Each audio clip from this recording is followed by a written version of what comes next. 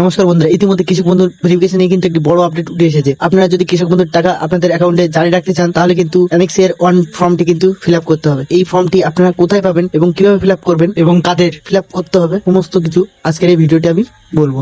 তাই ভিডিওটি স্কিপ না করে পড়ে দেখুন। যারা কৃষক বন্ধুর টাকা পান কিন্তু পিএম কিষানের টাকা পান না, এই ফর্মটি কিন্তু শুধুমাত্র তাদেরই জন্য। যারা কৃষক বন্ধু পান এবং পিএম কিষানও পান, তাদের জন্য কিন্তু এই ফর্মটি নয়। প্রথমে আছে কিন্তু কেভিআইডি অর্থাৎ কৃষক বন্ধু আইডি।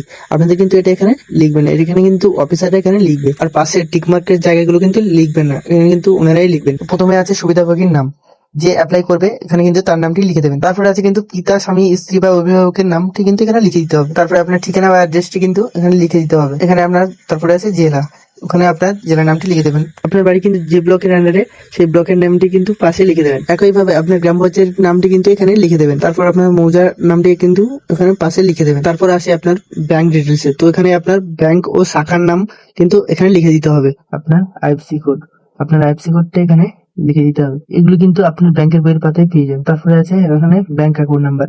বন্ধুরা, এখানে কিন্তু ব্যাংক অ্যাকাউন্ট নাম্বারটি আপনারা খুব মনোযোগ সহকারে লিখে দেবেন। তারপরে আছে আপনার আধার কার্ড সংযুক্ত মোবাইল নাম্বার, তো এখানে আমরা আধার কার্ড সংযুক্ত মোবাইল নাম্বারটা এখানে লিখে দেবেন। তো তারপরে আছে আপনার আধার নাম্বার, তো এখানে আপনারা আধার নাম্বারটি কিন্তু লিখে দেবেন।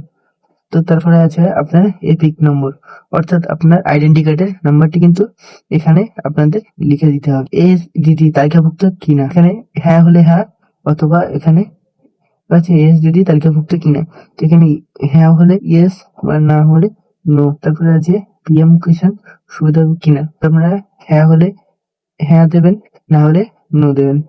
তো বন্ধুরা, তারপরে আছে এখানে আপনার প্রধান পেশাটি কি।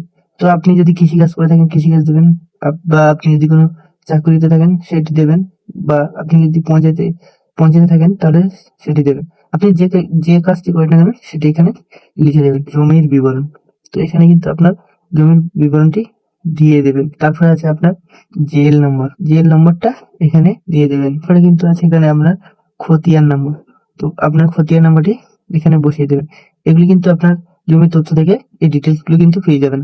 তারপরে আছে আপনার জমির দাগ নম্বর, তো এখানে কিন্তু আপনার জমির দাগ নম্বরটি, জমির পরিমাণটি এখানে লিখে দেবেন। তো তারপরে আছে আপনার খতিয়ানের প্রতিলিপি এর তারিখ, এখানে কিন্তু লিখে দেবেন খতিয়ান নাম্বারটি, খতিয়ানের তারিখটি। তো আপনার জমি দখল, তারপরে আছে জমি দখলের ধরন। আপনি যদি কিনে থাকেন বা উত্তরাধিকার সূত্রে পেয়ে যান বা কেউ দান সূত্র করে, তো এখানে কিন্তু সেটি লিখে দিতে হবে। তো তারপরে আছে আয়কর প্রদানকারী কিনা, আপনি যদি ইনকাম ট্যাক্স পে করে থাকেন তাহলে কিন্তু এখানে ইয়েস দেবেন অথবা নো দেবেন। তারপরে আসি আমরা স্বামী বা স্ত্রীর বিবরণ, তো এখানে আপনার স্ত্রী বা স্বামীর নামটি এখানে দিয়ে দেবেন। তারপরে তার ব্যাংকের ডিটেলসটাও কিন্তু এখানে আপনার দিয়ে দিতে হবে। তারপরে আছে ব্যাংক ও শাখার নাম, ব্যাংক এবং ব্রাঞ্চের নাম কিন্তু এখানে দিয়ে দিতে হবে। তারপরে আছে আইএফসি কোড, আপনার আইএফসি কোডটি কিন্তু এখানে দিতে হবে। তারপরে আছে ওনার ব্যাংক অ্যাকাউন্ট নাম্বার, তো এখানে কিন্তু ব্যাংক অ্যাকাউন্ট নাম্বারটি দিয়ে দিতে হবে।